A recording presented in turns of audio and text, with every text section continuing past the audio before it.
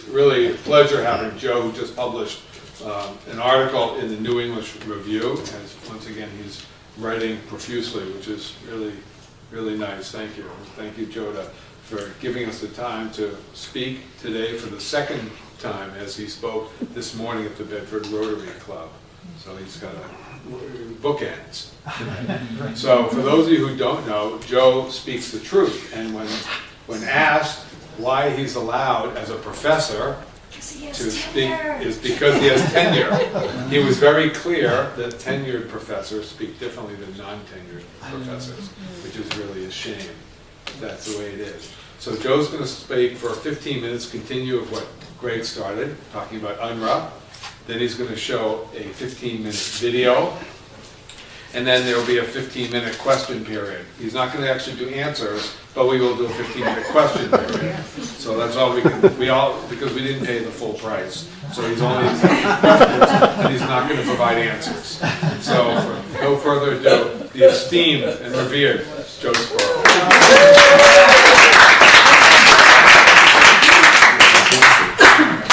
Well, thank you. I started my stopwatch here. Clapping took 4 seconds.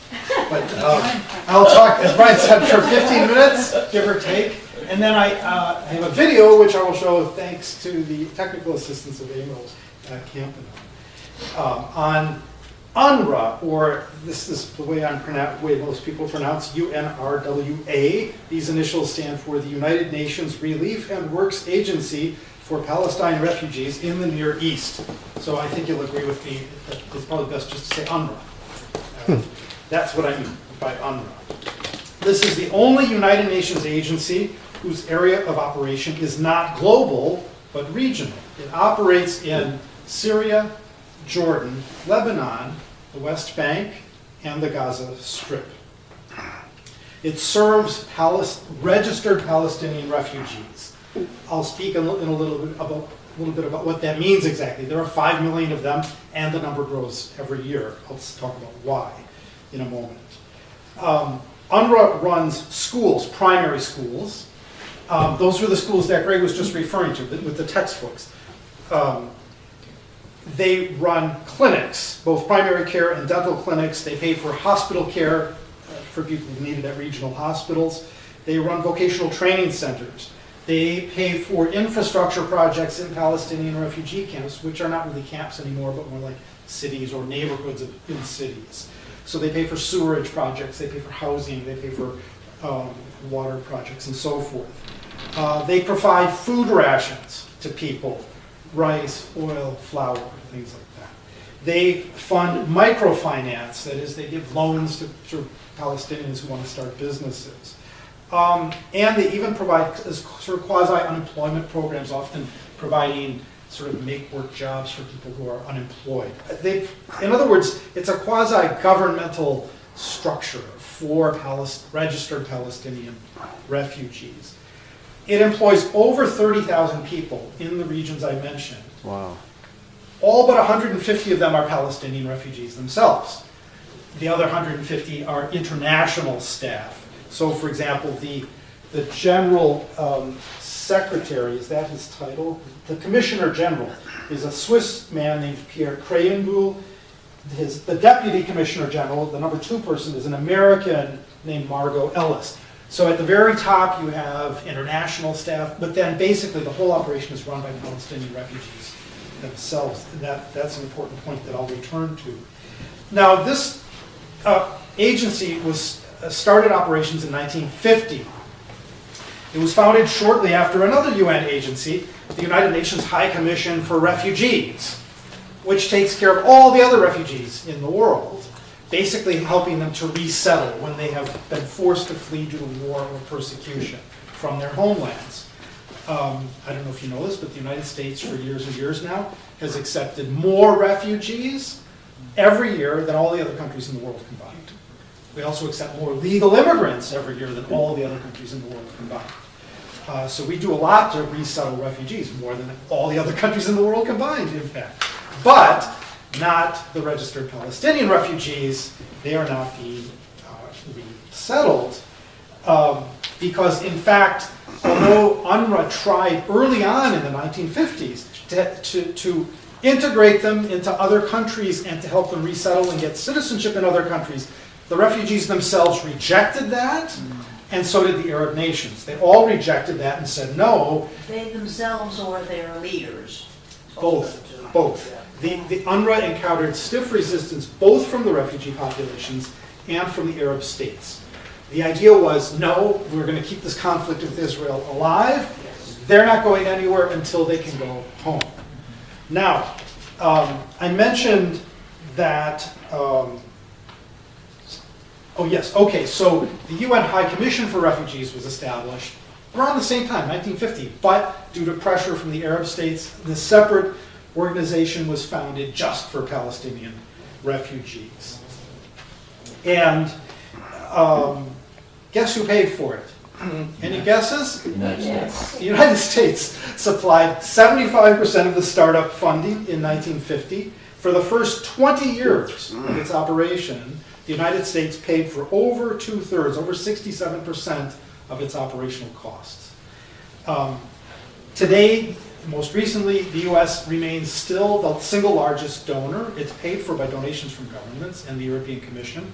The United States, in the most recent year, supplied about $300 million, which was about 26% of its overall budget, the single largest donor, though our share of the overall budget has dwindled since the 1950s and 60s. The UNRWA is entirely a creature of the General Assembly of the United Nations. It does not report to the General Secretary. He does not supervise it. It reports to no one except the General Assembly of the United Nations, almost 200 countries, 190 some countries.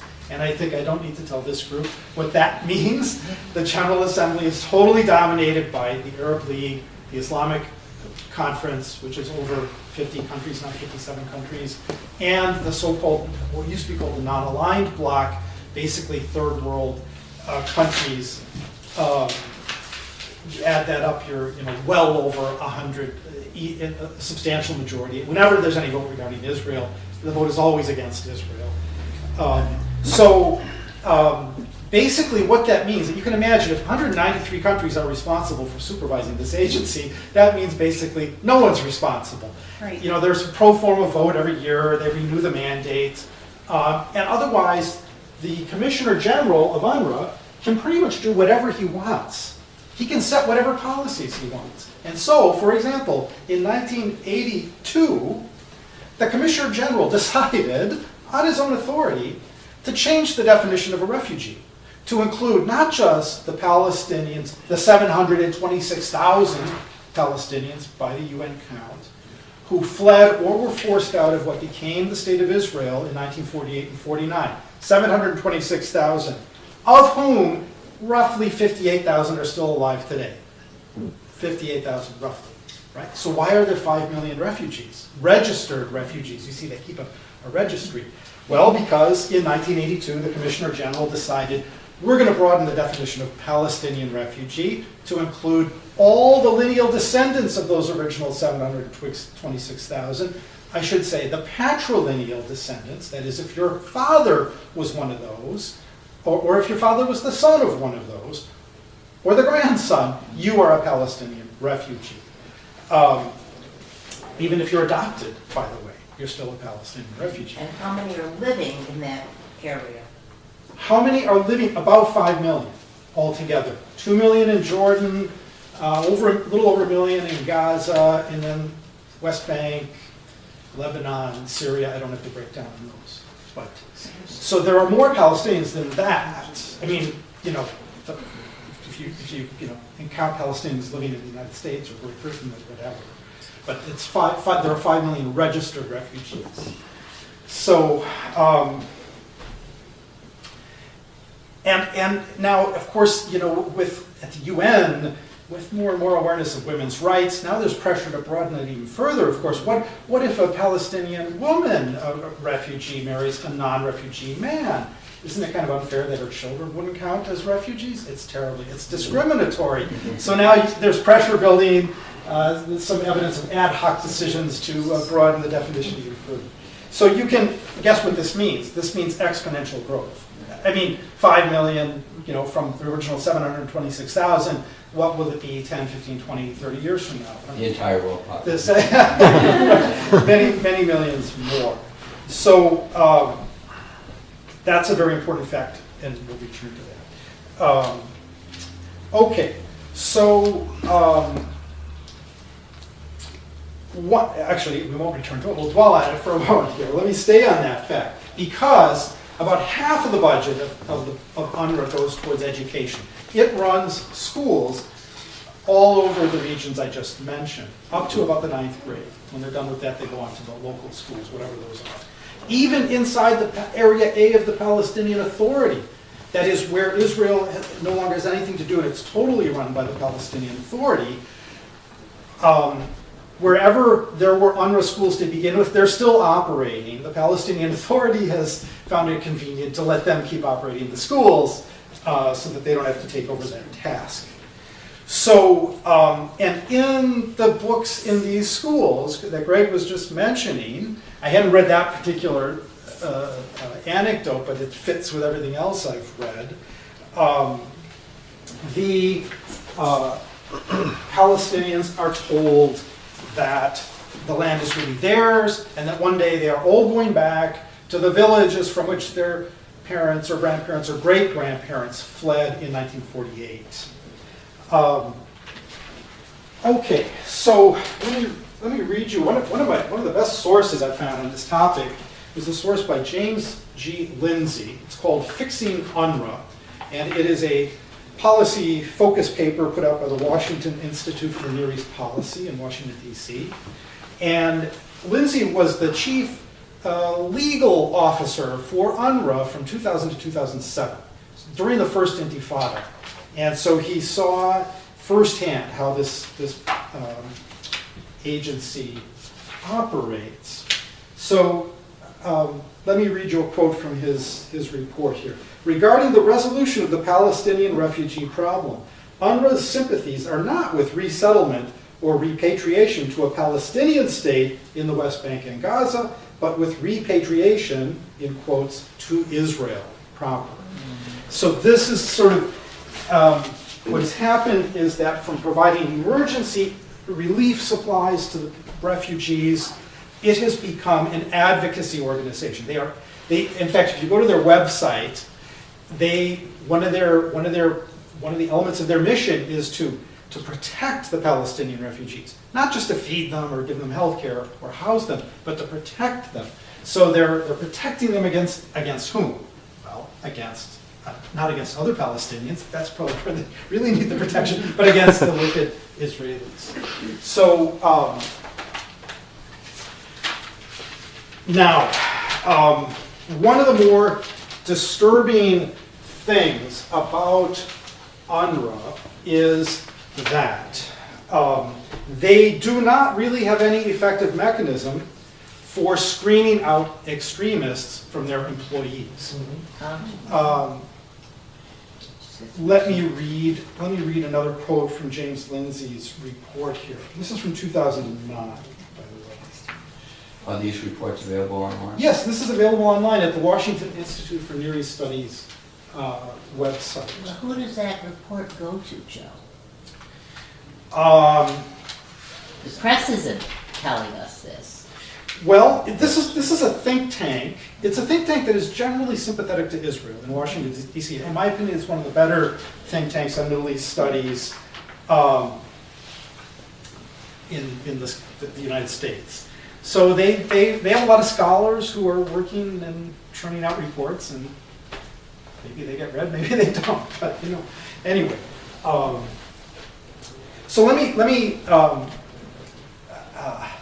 So so on the books, the UN has all these formal rules. You're a UN employee, you have to be neutral, you can't engage in overt political speech, you can't be running for political office, you can't be agitating on behalf of a particular party and stuff like that. But, 30,000 employees, virtually all of them are Palestinian refugees themselves. Their political viewpoints, are representative of the Palestinian community as a whole, as you can imagine. So, technically, the U.S. has these laws saying no U.S. foreign aid funds can go to fund terrorists, right?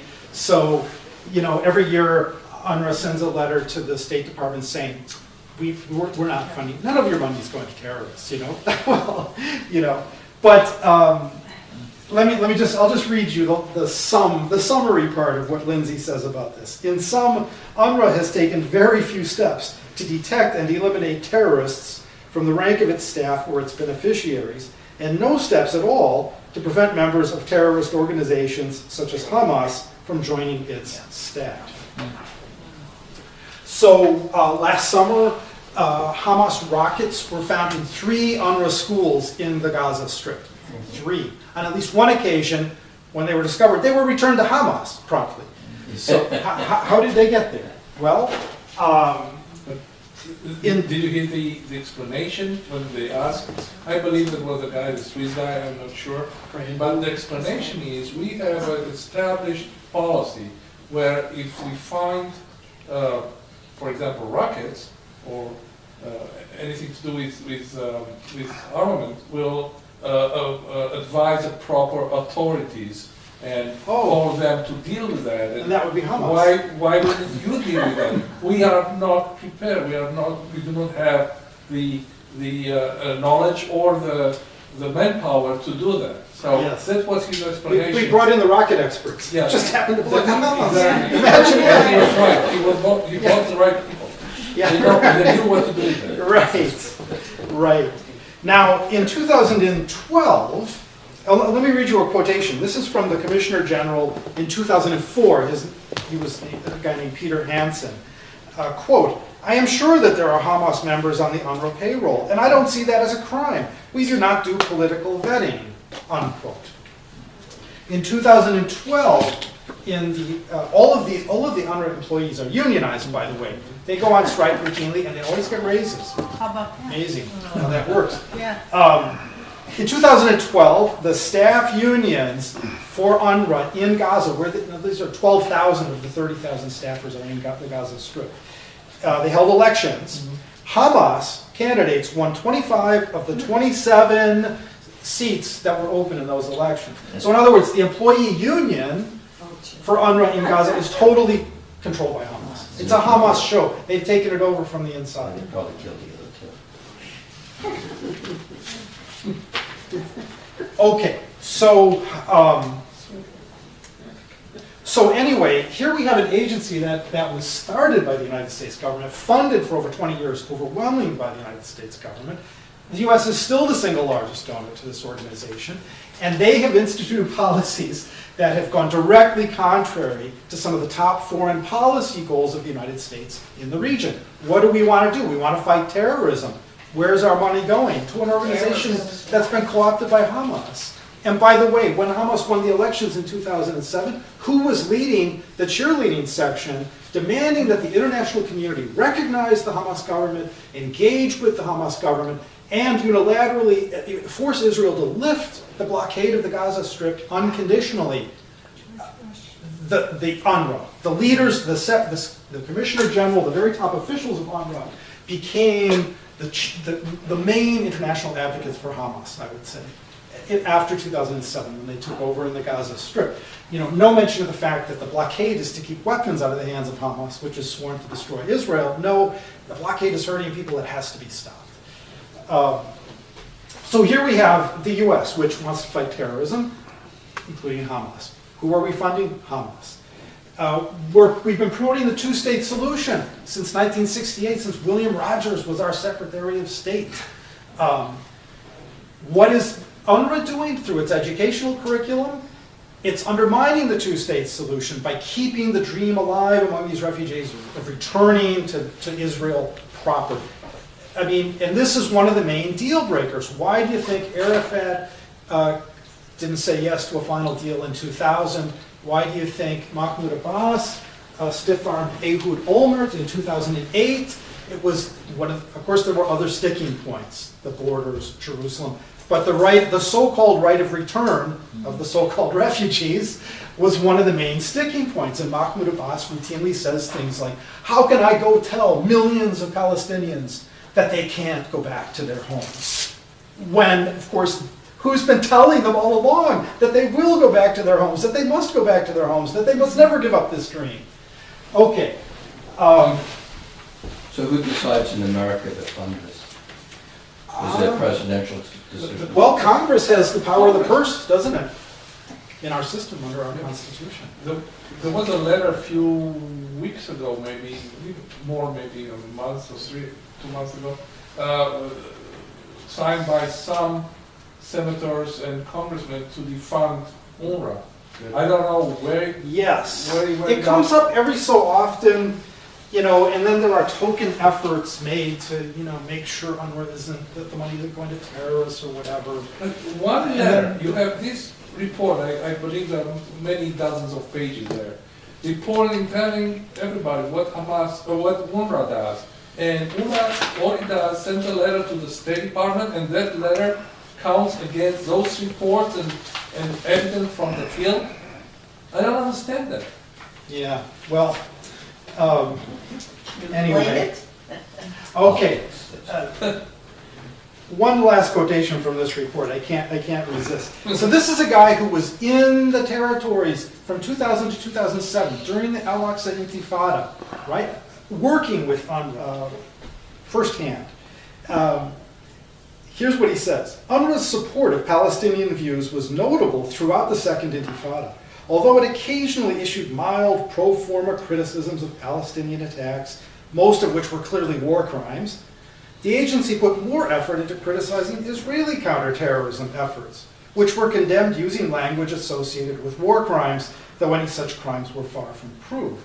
This trend has endured well beyond the Intifada. In a typical example, Palestinians in Gaza launch a terroristic attack against Israelis, often a rocket strike on civilian targets, a war crime. This leads to an IDF attack on the terrorists, during which Palestinian civilians, among whom the terrorists place themselves, are killed or injured. UNRWA then lodges a protest, condemning, quote, Israel's disproportionate, indiscriminate, and excessive use of force, as well as the firing of rockets from Gaza into Israel, unquote, naming the aggressors only as an afterthought. If, however, there is no Israeli military response, the Palestinian terrorism normally passes without UNRWA comment. So, Yes. so anyway, so much for the neutrality of international civil servants. All right, now what I'd like to do next is show you a video. This is a video that was shot in 2 refugee camps, one in the Gaza Strip, one in, I think, the northern part of the West Bank, Samaria, I think around Jenin, in the summer of 2013. It's recent, and it focuses on summer school programs in UNRWA schools, totally run by UNRWA. And the thing I want you to focus on is the message that is being conveyed to the children about the so-called right of return. And if you listen carefully to the place names they're mentioning, these are places inside of Israel proper.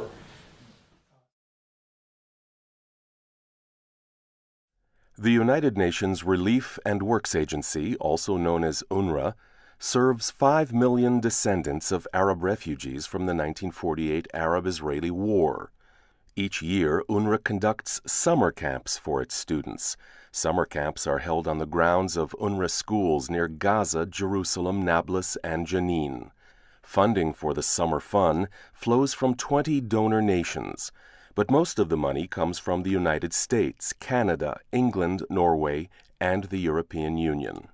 UNRWA's summer camp slogan is, "Peace starts here." This summer, we visited UNRWA summer camps and met with campers, counselors, teachers, and camp directors. We found kids playing games and having fun.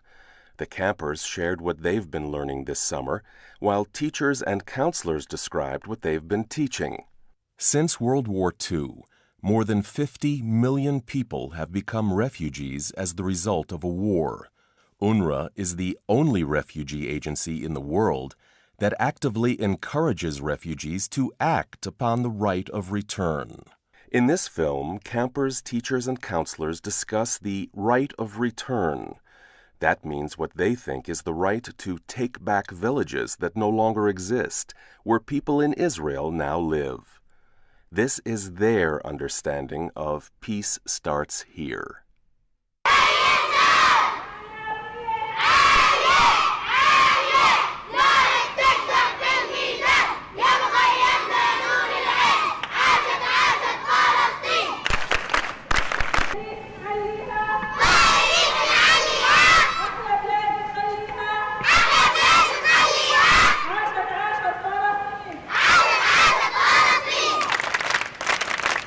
لكن نيجي بنقعدهم انه انت ايش بلدك ايش بلدك ايش بلدك. الاطفال اللي بتعرفوا على كذا بلد، مش انا بس القدس، لا انا اذا انا وطني فلسطين في كذا مدينه، يعني في بصير انتماء اكثر للطفل، يعني بصير الاطفال هنا يعني احنا ما بيخلي، يعني حتى الان صار الولد عند الطفل او البنت انه صارت كثير متشوقه ترجع لبلدها الاصلي. المعروف الممول اللي هي الأونروا هي الممول لهذا البرنامج، طبعا مشكوره جدا جدا جدا على هذا البرنامج اللي بتنفذ بالاطفال الفلسطينيين بالذات في قطاع غزه، لانه في امس الحاجه لهم. بلشنا من 25 الشهر، رح يبقى النادي الصيفي ل 8/7 قبل رمضان في يومين، نغرس فيهم ثقافة النكبة عشان يعرفوا انه هم من وين كانوا اصلا وين اجوا. حتى اسماء المجموعات هي مسمية باسماء مثلا حيفا، عكا، كل مجموعة سمت اسم من اسماء من المنطقة اللي تهجرت منها على اساس يضل مغروس بذاكرة كل طفل موجود. بنحاول احنا كمان في الايام العادية يوم النكبة بنيجي على المدرسة بنعمل احياء للمناسبة.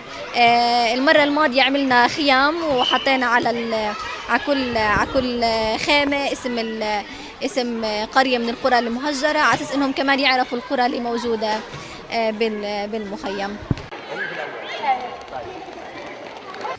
وعلى يافا وعلى حيفا وعلى الناصرة وعلى عكا.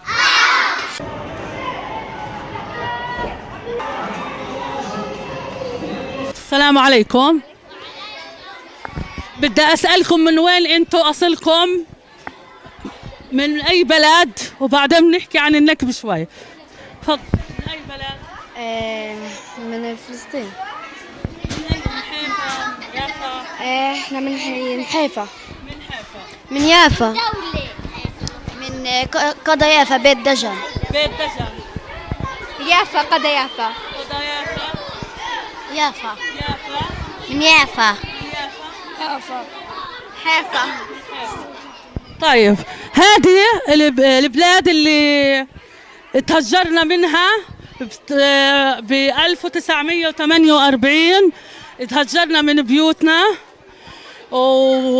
وكانوا أجدادنا في هذه البلاد معززين مكرمين، فأجى الاحتلال طردهم وشردهم من هذه البلاد وأجوا تحت خيام.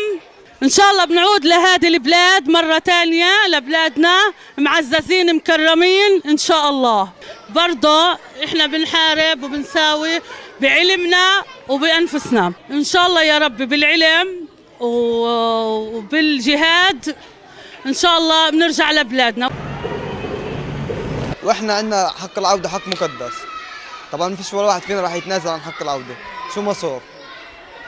ولو ما عدتش انا راح يعودوا اولادي، ولو ما عادوش اولادي راح يعودوا احفادي، المهم راح نعود.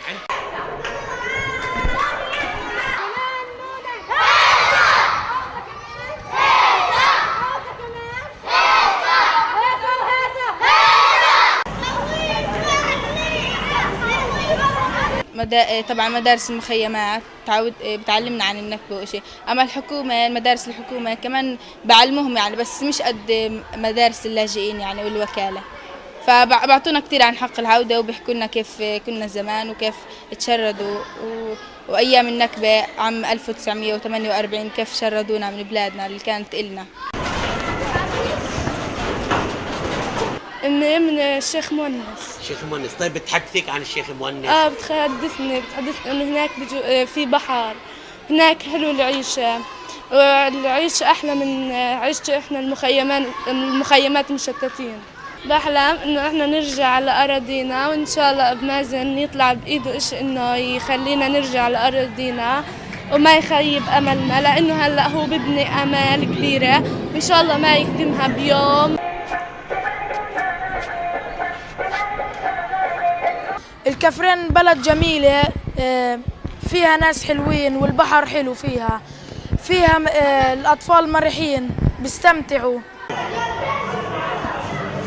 اسم مجموعتي بيت دراس، بعني لي إنه بيت دراس طردوا أجدادي من بيت دراس، وأنا يوم من الأيام بدي آخذ حقي لي حق عندهم، أنا في يوم من الأيام بدي آخذ حقي وأعيش في بيت دراس. مثلا هينا عملنا كبار بنكتب عليهم اسماء البلاد المتفجرات مثل جورة وعكا وحيفا ويافا الى اخره، ومثلا اسامي مجموعاتنا بتبقى اسامي بلادنا المجرة.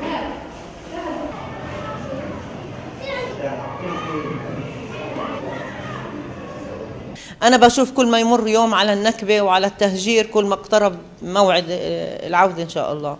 العودة والتعويض ولا بديل ولا بديل ولا بديل. راجع بلادي راجع بلادي على أرض الأقصى، راجع بلادي أنا ولادي أنا ولادي على أرض الأقصى، راجع بلادي يا محلى القعدة يا محلى القعدة في حكورتنا، يا محلى القعدة ما بنسى وعدة ما بنسى وعدة، نرجع أرضنا وما بنسى وعدة. وين أصلك يا أهلي؟ من يافا. وأبوك من وين؟ أبوي من يافا. وين؟ من نتنيا. طيب عمرك رحتي على يافا؟ لا، برسم الوطني ودائما بحب أرجع له. بنضلنا يعني عن طريق الأغاني والرسم والهذا بضل حلمنا إنه يعني نعود عليها. شو هيك؟ حرية فلسطين. شو كاتب عليه؟ بوقع المدن وكتبت هنا فري بالستاين فلسطين حرة، يعني معين عليها المدن. نحن الثورة والغضب نحن أمل الأجيال، من هون من عنا انكتب تاريخ الأبطال. نحن الثورة والغضب نحن أمل الأجيال، من هون من عنا انكتب تاريخ الأبطال. فجر اللي طالع نحن والصيف اللي قاطع نحن، قلوب الناس مطرح ناس نحن فرح الأطفال. نحن الثورة والغضب نحن أمل الأجيال، من هون من عنا انكتب تاريخ الأبطال. رح ننسى الأيام الصعبة هالناس المنسين، كنا طول سنين الغربة بوطننا منفين. شوفوا يا الحرية دموع الفرح المنسي، شوفوا يا الحرية دموع الفرح المنسي. غال عليكم وعلي هالنصر اللي طالع. نحن الثورة والغضب نحن أمل الأجيال، من هون من عنا انكتب تاريخ الأبطال.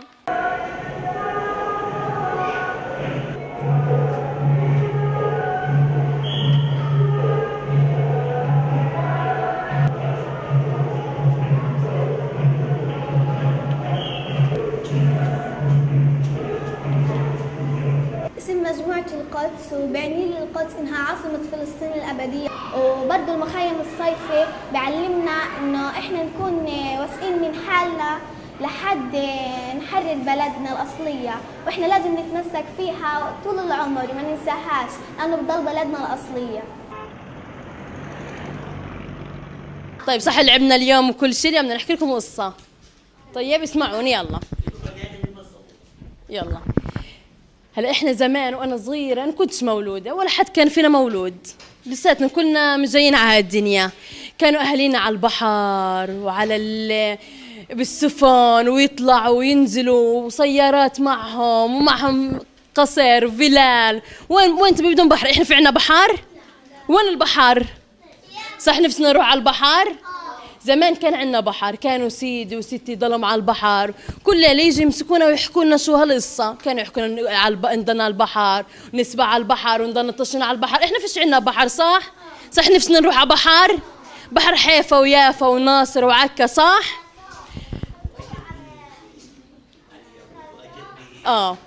وهلا واحنا على البحر سمعيني؟ واحنا على البحر قاعدين مبسوطين احنا والعيله وجايبين الناس على البحر، اجى الديب. ومين هذا الديب؟ اليهود صح؟ اليهود ديب. شو عملوا لنا؟ شو عملوا اليهود فينا؟ طرونا وشردونا وقتلونا وطخوا اهالينا، طرونا من بلدنا وقتلونا واخذوا ابونا واخذوا سيدنا وحبسوهم صح؟ وين طرونا؟ وين اخذونا؟ شردونا وين؟ عايزين على المخيم. كان هذا المخيم هيك المخيم؟ لا، شو كان؟ خيم. صح، كنا عايشين بخيام، كنا بخيام، لا كان ماي، وين كنا عايشين على البحر وبالسفينة ومبسوطين وبنلعب، ولا حد كان يجي يطخ بالليل ولا حد يتدخل فينا، صح؟ هلا وين جابونا؟ على هالمخيم، على الخيام. مين أجبنا لنا المخيم؟ مين أبنى لنا هدول الدور بالمخيم؟ كنا عايشين بخيم إحنا. مين؟ لا، مين أجبنا لنا المخيم لاجئين؟ الوكالة. صح، انتوا هلا بتدرسوا مدارس الوكالة للاجئين، صح؟ احنا ما كناش عايشين هون، اذا هذا المخيم مش مخيمنا، صح؟ احنا وين كنا عايشين؟ عكا والناصرة والبحر. لمين كان البحر؟ لمين كانت الدور الحلوة، الفلال والقصور؟ لمين؟ ومين شردنا؟ بدنا نرجع حيفا ويافا؟ بالنسبة إلي وبالنسبة لعمري عن طريق علمي طبعا، وكمان مش بس أنا اللي في عمري، عن طريق علم. الشباب اللي أكبر مني، السلاح طبعا، إنهم يكون عندهم الدافع إنهم يرجعوا لبلدهم، يحاربوا بكل ما بيستطيعوا. وصلنا بهذه العيشة طيور وما إلها ريشة، ولما الاختيارة صبح نادت عالجارة، واتلاجن الحجارة تنرشك عالدورية، تنرشك عالدورية. احنا الخيار الوحيد اللي برجعنا لحق العودة، الدم بالدم والعين بالعين والبادي أظلم. هم اللي اجوا علينا، زي ما هم طلعونا احنا لازم نطلعهم. طلع ورا يا ولد. ففي سنة 48 قامت عدد من العصابات الصهيونية في تهجير الشعب الفلسطيني من أراضيهم الأصلية لمناطق خارج حدود اللي احنا بنسميها في الوقت الحالي 48 عن طريق المفاوضات. السياسيين الفلسطينيين من أيام النكبة وما بعد هيك وهم بفاوضوا، فما خرجنا إلا في 18% من حدود أرض فلسطين. بس اللي حققته الانتفاضة الحجارة وانتفاضة الأقصى واللي حققوه في غزة كان مثل كبير على إنه ما أخذ بالقوة لا يسترد إلا بالقوة. حكيت لك إذا ما عدت أنا راح يعودوا أولادي أو أولاد أولادهم، مستحيل. وأنا بحب أرجع على كفر قاسم غصبا عن اليهود وأنتصر على اليهود. هم مجموعة من الكفار والناصرة، ولا بيحبوا الله ولا بيعبدوا الله وبكرهونا. شو هم اليهود؟ هم مجموعة من الكفار والناصرة، ولا بيحبوا الله ولا بيعبدوا الله وبكرهونا. كيف بدك تعود على يافا؟ لا، لما تتحرر فلسطين والفلسطينيين ينتصروا على اليهود واللاجئين شو اسمه يرجعوا بلادهم، الكل يرجع بلادهم. يعني كيف تلعبوا اليهود بيكونوا يطخوا على الفلسطينيين، وبعدين الفلسطينيين يطخوا عليهم. طيب كيف بتلعبوا طخ؟ يعني في بواريد ايش؟ بواريد خشب. أنا بعتقد إنه مستحيل يكون في سلام بيننا وبين إسرائيل. من وين أنت؟ من اللد. مين اللي حكى لك إنك أنت من اللد؟ ستة. شو حكت لك؟ إن إحنا من اللد، طردونا اليهود منها. طيب وبتحبي ترجعي على اللد؟ نعم. كيف بدك ترجعي؟ ننتصر على اليهود. وأنا لازم في يوم من الأيام أرجع لأرضي وأخذها، لأنه هذا حق. فإحنا الفلسطينيين لازم ندافع عن كرامتنا ونرجع أراضينا.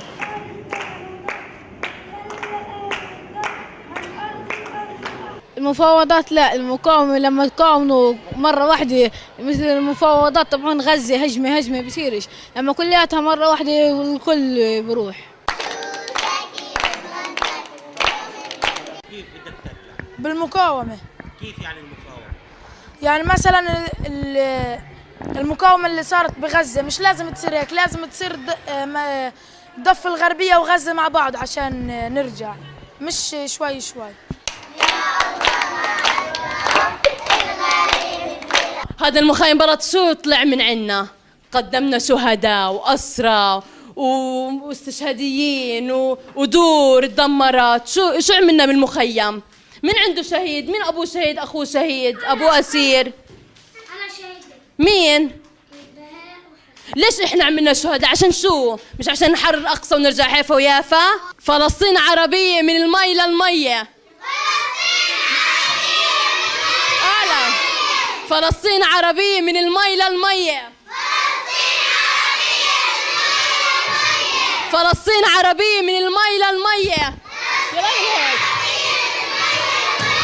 بدنا حيفا، بدنا عكا. بدنا حيفا، بدنا عكا. رايحين على الأقصى، رايحين على الأقصى. فلسطين إلنا من المي للمية.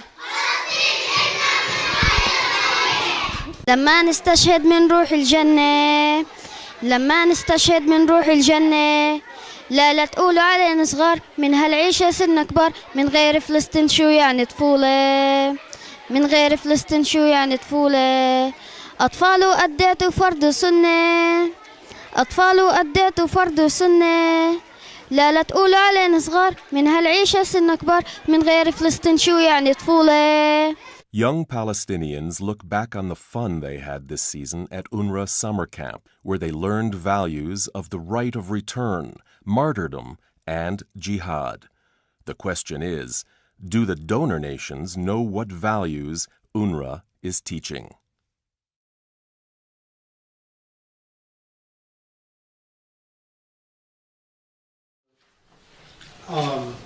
The top donor is the United States. The second is the European Commission. The third is Saudi Arabia. It said Sweden was the third. Fourth is Sweden. This is for 2013. That was for 2010. Yeah, that makes a difference. But, so I'll just read from the top to the bottom. USA, European Commission, Saudi Arabia, United Kingdom, Sweden, Germany, Norway, Japan, Switzerland, Australia, Netherlands, Denmark, Kuwait, France, Italy, Belgium, Finland, Ireland. You're right. There aren't actually, Kuwait and Saudi Arabia. They are not that many. Yeah, yeah, you're right. For them to being their brothers, and they have, thanks God, a lot of money. I don't see them going very fast to help their brothers. So can I say something? I was on a plane to Israel once, and there was a guy who I didn't know was a Palestinian sitting next to me. We started talking. And said, what's your name, whatever. So it turns out, once I realized I was sitting next to, it's going to be a bit of a long flight. So I said, can I ask you a question? And I really meant in my sincerity, like, I really just trying to understand something. I didn't realize I shouldn't do this, but okay. So I said, I don't understand one thing. You have Arab brethren, they're your brothers, they have land, and they have money from oil. I said, this is true or not true? I said, well, how come they're not helping you? I know, I was quite naive. So this was the response. He said, so how would you like it if I took away your house and gave you back your bathroom? That's when I was like, okay, we're done. He took your house and gave you back your bathroom? He wasn't even hearing what I said. Yeah. He hadn't even, it was all this education. Yeah. Oh, yeah. So why should we settle for part of the West Bank and Gaza? We want all of it. We want the whole house back. We want, Right. Yeah. He moved away after me. Even though they didn't own the house to begin with. Right. I assume it was Del. No, it was continental. I will not fly that again. So Joe, this it's very eye-opening and disheartening, not a surprise, but to see it and hear it, is very strong. What can we do? What do we do? Well, in 2010, they actually mentioned Canada here. I think that was a mistake. In 2010, Canada decided they would not give any more money to UNRWA, and they just stopped. Prime Minister Harper is a very different leader. I was going to say, that's right. Is it still true today? Yeah, I believe they are giving money to help Palestinians, but in a different way. So it's, I don't know, I'm not sure exactly what they did, but they won't give money to UNRWA So anymore. what path do we follow here in numbers in order to have the U.S. say we're not giving money to UNRWA? Well, you know, it's a decision by the U.S. Congress. I think really reforming UNRWA is a lost cause because the General Assembly, you know, calls the shots. Yeah. So the most we could do is defund it. At least we don't have to subsidize it ourselves. Start with our own That would be a Congress big- people. Yeah. That would make a big hit. Yeah. We're still the top donor. We are 26% of their budget. So Yeah. it's talking to your congressman? Talking to your congressmen, your senators, they're the ones who could make a difference. How would we get them to see this video, which is very, very. Oh my God. Yeah, maybe they could show it in the halls of Congress, you know. How I don't do know. we get that to happen? What's the name of the video? It Camp is Jihad. Camp Jihad. Camp Jihad. It's, you can just go to YouTube and search for Camp Jihad, and you will find it. Yeah. Barbecues, yeah. You know, you see the lie. You see the. It's so big. So blatant. It's so blatant that it's unbelievable because it's so big. So many people believe it. And the other thing is, of course, we are totally innocent.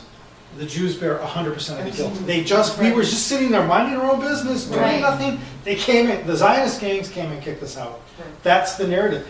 And these are little kids. But if you go up to, you know, intellectuals like Edward Said and Omar Barghouti, it's the same thing. It's exactly the same narrative. We are totally innocent. We did nothing wrong. Haj Amin al-Husseini never threatened anyone with genocide.